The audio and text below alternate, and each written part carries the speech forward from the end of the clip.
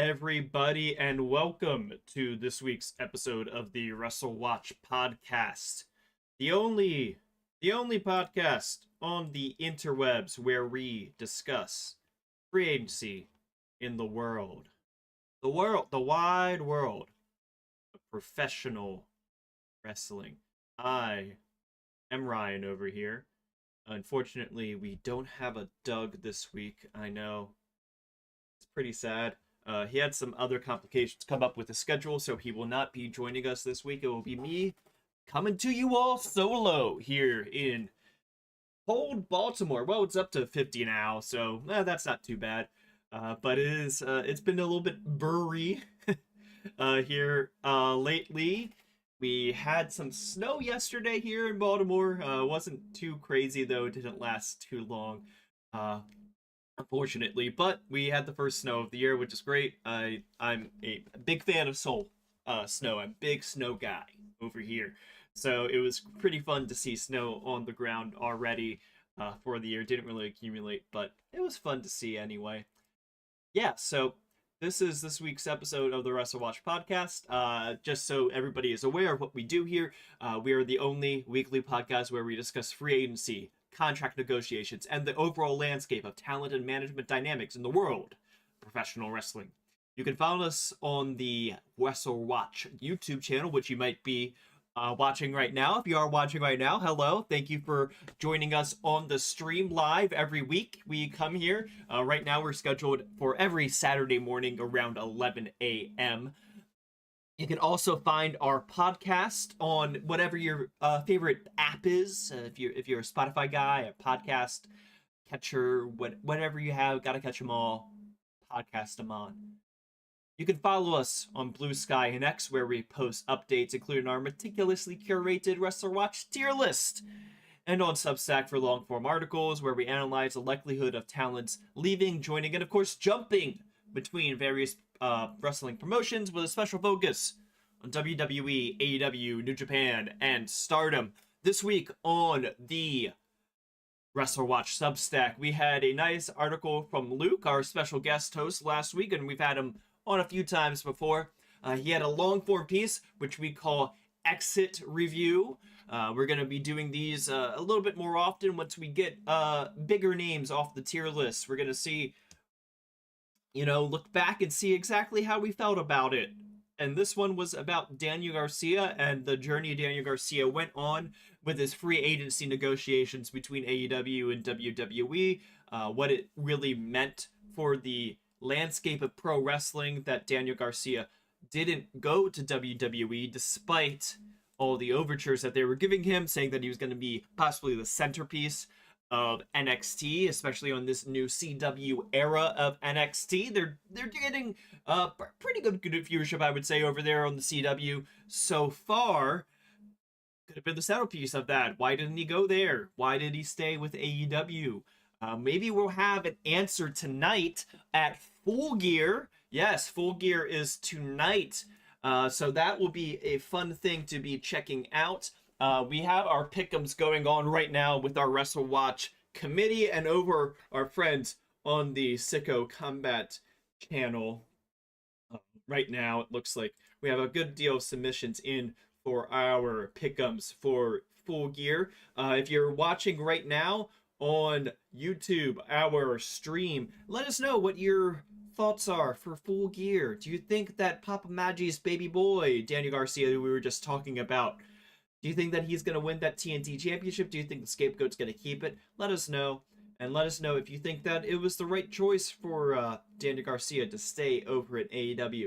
We also had a predictor for the Continental Classic because, of course, other than just watching wrestlers and their music, we do their movements, we do try to keep up to date on what's likely going to happen with the booking also of promotions. And of course, the Free Space of Okada had the most votes to win the Continental Classic. So we will see where that goes and what happens more with that. We will also be talking about today two folks on the WrestleWatch tier list. We have Mayu Iwatani and we have Lance Anoa'i. But first, let's just look at where we were last week at the end of last week's episode with the WrestleWatch tier list. If you're watching on YouTube, you can see it right now on your lovely little screen. You can see exactly where everybody was sitting as of last week. If you're listening to the audio form of the podcast, it doesn't matter what you see on the screen right now. Don't worry about it because it's all getting thrown out. Of course, well, at least two of the things are getting thrown out. First off, let's talk about Lance Anoa'i. Um, Lance was featured in this photo you can see here if you're watching on YouTube of the WWE Performance Center class of 2024. He has yet to debut on his current WWE on-screen contract. Of course, he did appear in WWE before as a bit of fodder for Roman Reigns to bandy around when Roman was a face back in the day. Well, WWE they tried to make him a face. This is a better phrasing of it. But yeah, he was on screen for a little bit back then as just some fodder, a friend of Big Joe over there on the Fed. So he was recently mentioned as being somebody that was signed back to WWE back in the summer. He has yet to debut because allegedly he has an injury, and maybe that's why Hikuleo has also yet to debut. The theory is that they were going to possibly try to debut Lance and Hikuleo together on NXT, and because of Lance's injury, they have waited it out a little bit. So at the current moment, we had him as a safe jump, and our WrestleWatch committee has decided to just remove him from the tier list as a confirmed jump. They felt that this photo of him, if you are watching on YouTube, he is the third person from the left, which I mean, if you're looking at the photo, it's pretty obvious that he is bloodline. Blood. It was pretty obvious to everybody on the committee that this one's pretty much over. He was a very late addition for us, relatively speaking. Probably should have seen the seeds last year when he left MLW, but we just didn't feel like he was a big enough name at that time to put him on our tier list. It wasn't really until this year when we saw the Gorillas of Destiny pop up in the free agency conversations that we really started to think, wait a second, maybe there's something going on here with the bloodline, that they're going to be, Roman will lose and we'll get Solo's bloodline and all those kinds of things. We kind of saw that coming, but we didn't see how deep of a bench it was going. We had rumblings about Jacob Fatu for a while, but not about Lance. So yeah, we were a little bit late on this one, but we got an eye on it. We talked about it on the podcast for a little bit. Best of luck to Lance in his journey in WWE this time, at least. Yes, as TC is saying in the chat, they added Punk and Bronson when they have like 8 Anoa'is in the wings. Yeah, it's kind of interesting how they have so many potential bloodline members just sitting there waiting to be added to this match, and yet they're not adding them. Why is that? Well, one of them is injured, it sounds like. The other one, it reminds me a lot of TK booking, of Tony Khan's booking, where he doesn't pivot very well. It doesn't feel like they're pivoting very well with Hikuleo. Instead, we're getting Punk sitting there in the spare hotel room chair, for some reason being added to this bloodline thing. Bronson Reed, I'm guessing they're trying to make it so that people don't realize that he's not a member of the bloodline, even though he's, of Pacific Islander descent. It's kind of odd to me. Feels really weird that they're just like, throw Bronson in there. That nobody will notice. It would have made sense enough if Seth Rollins, as rumored, would have been on the original Bloodline team, but they didn't go that direction because, of course, Seth and Bronson have had a little bit of a feud in recent months. So that would have made more sense for why Bronson Reed's on there. Punk in there, I guess they're going with the angle that,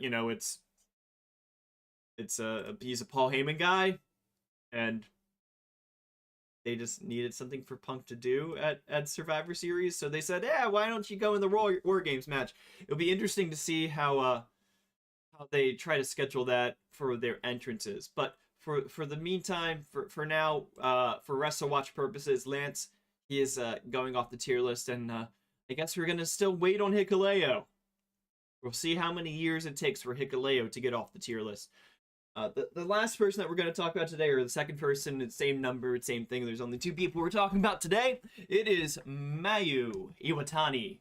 Yes, Mayu is currently in Stardom. She is the IWGP Women's Champion there. Recently, we saw some odd comments from Rossy Agawa about, well, it is very weird. So he was mentioning a bit about talking about the talent that he had in Marigold. It seemed like he is not happy with the level of talent that he received in his splitting off from Stardom. It sounds like he was wanting to have some bigger names come over, and he didn't get them. He kind of buried a little bit his current champion Suri in the process. Also, for that matter, Suri on the tier list right now in the safe stay tier. I think I think Suri is somebody that we might be talking about a little bit coming up here. She had an interview with someone from Fightful this week, and they were discussing, just how she is on the independent scene in Japan and why it's important to her to be independent and all those kinds of things. And Suri talked a little bit about the way that she was talking about her upcoming match with Utami Hayashishita sounds like that she will be dropping the Marigold belt to Utami in January, and maybe she won't be in Marigold far longer than that, especially considering how Rossi is viewing her and the current crop of talent that he has in Marigold. And also, for that matter, she was mentioning, her dream opponents that she would like to fight were Athena and Toni Storm in AEW. She name-checked AEW with that as well. She said also she would love to, wrestle Io Sky for WWE, but said that was harder to do. That, like, they make it more difficult. Which is interesting phrasing for somebody that's in, working Marigold. At the very least, she's working Marigold, and she is their top champion there. It's interesting for the fact that Io has worked the Marigold show already in their short history. She fought Utami Hayashishita in about that kind of didn't make Utami seem very strong coming out of it, but still Io was there. So why would Suri be saying this? Well, I guess we're talking about Mayu right now, of course, but I think it's related a little bit. Of Suri seems like she might not be in Marigold for much longer, and she's thinking more and more about what she could be doing outside of that Marigold belt sphere. Mayu, in a translation of something that Iwatani said following a bout with Momo Watanabe, it reads, quote, "I'm so happy to have stayed with Stardom and feel even more certain that it was the right decision." Now, some have been interpreting that as a reference to the past split with Marigold, that she is happy that she stayed past tense with Stardom and made past tense the right decision. Some people are interpreting that as that she just made a decision of staying with Stardom recently. We added her, Iwatani, to the tier list back in September, based off of seeming that there are going to be offers from AEW and WWE for her at the end of this current Stardom contract that she is on. So some people are interpreting this as this is just a slight against Rossi, this is a slight against Marigold, and how Rossi's been talking about the talent that went over to Marigold, and that obviously she feels that, staying with Stardom was the right choice for her. Some people are saying, well, it looks like she's staying with Stardom. I think it's a little bit more nuanced than just saying. I think that's reading a little bit too much into it, possibly is the best way of putting it. I think that it is a translation, so it's a little bit hard to grasp what she was meaning in particular, but I think that she was speaking to in the past having made a decision to have been in Stardom, then allowed her to have this match now with Momo Watanabe and the matches that she's been having with the IWGP belt. So she was on the ballot this week for our committee to decide where to put Mayu on the tier list, if they wanted to keep her in lean stay or not. And the committee decided to move her down just one tier, just one little tier down to likely stay, which makes sense. We had about half of our committee saying that she is a likely stay. We had some people even thinking that she's going to be possibly jumping. We had a few people saying that she might be jumping still. I'm currently feeling lean stay on her. The reason being that it feels that she wants to stay in Stardom. I'm just gonna take a quick sip of coffee.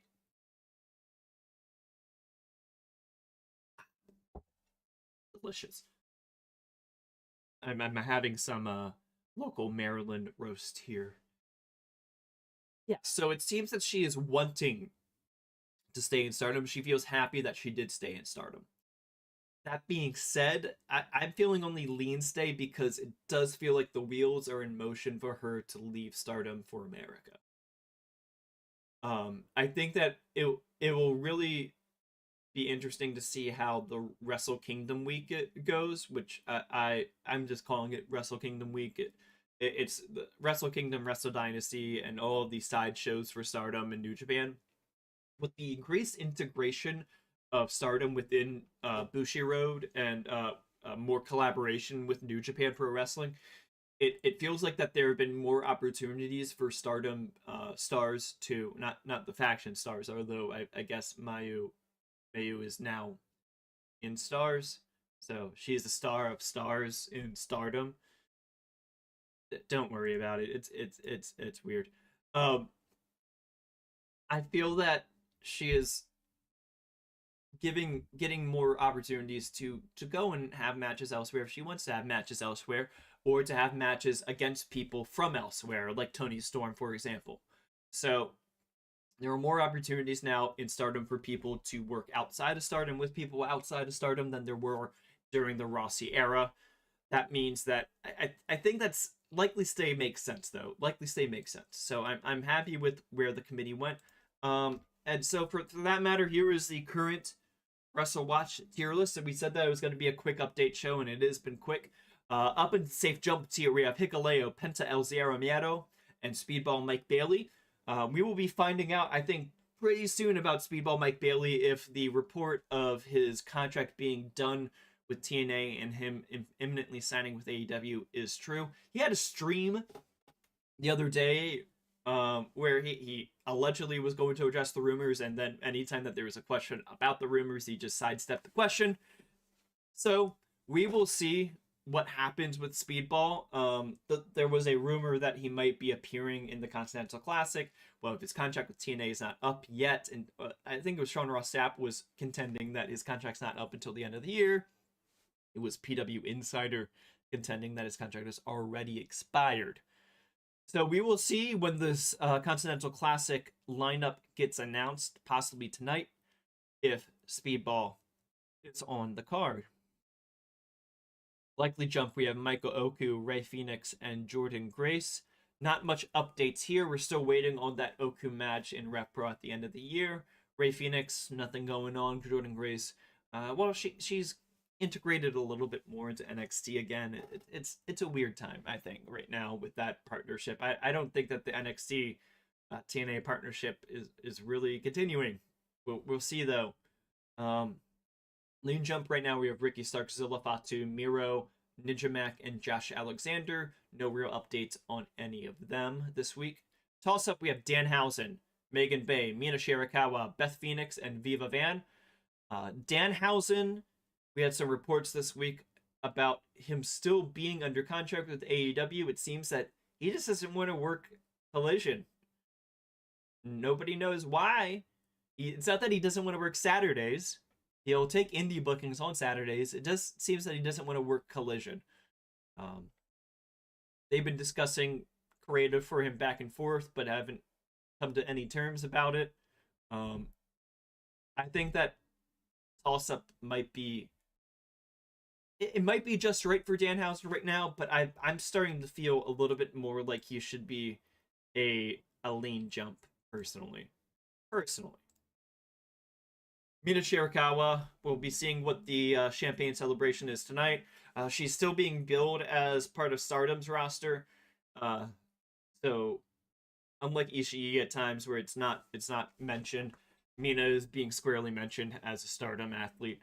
So I personally think that this is all just her being loaned to AEW for the build to Wrestle Dynasty ultimately, but we'll see. Lean Stay is Joe Hendry, Shinsuke Nakamura, Alex Windsor, Leon Slater, Leon, Samantha Irvin, Indy Hartwell, and Tegan Knox. No real updates on any of those folks. Down in Likely Stay, we have Sami Zayn, who will be in the Bloodline match next week. We'll see if there's any updates on that. He's barely visible on the promotional photo for Survivor Series. We also have Tekla, AJ Styles, Kevin Owens, The Hardys, Mustafa Ali, Dragon Dia, Kofi Kingston, Xavier Woods, and now Mayu Iwatani. Down in Safe Stay, we have the aforementioned Sari, Utami Hayashishida, Hook, Street Profits, El Hijo del Dr. Wagner Jr., Dustin Rhodes, Becky Lynch, Giselle Shaw, and Baron Corbin. That is the current WrestleWatch tier list. Let's see if we have any hot takes here in the chat. Let's see if we have any hot takes that I want to talk about. First off, we have the conglomeration makes sense as a house show group, but as a faction, there really isn't any story connecting any of these people other than, quote, work friends, and it's hurting the product. I think that's fairly warm of a take. I think that the one thing that I think is interesting about the conglomeration is that it is a continuation of Best Friends. Essentially, it's not really a new faction. It is just Best Friends with a new shirt. Especially with Orange Cassidy and Rocky and Willow being in this new group. I would say that it is essentially just now it's just Chaos's wing in America, just like Best Friends were. I think Kyle and I think Mark Briscoe's kind of the weird one in the group, but he works still at the same time. I think Kyle works with the original Best Friends side of it, with the original Chaos side. But I understand the take. That's why I think it's only warm. It's not hot take. That's the hot takes for today. And that's going to do it for us for this week's episode of the WrestleWatch podcast. It was a quick one, so thank you all for tuning in and hearing me blabber on for around 20-30 minutes about two people. It's been fun. Thank you for watching if you're on YouTube. If you have not followed us or subscribed to us on YouTube or on your favorite podcast app, please do so. If you can leave a review or a like on the video, it means the world. Also, it helps with the algorithm, as the folks say. We are also on X and on Blue Sky, where you can see updates throughout the week about the tier list and what we do. And we have our long-form Onk Piece landscape over at Substack, where you can see what we're thinking in more depth. For WrestleWatch, I am Ryan. Goodbye. Moi.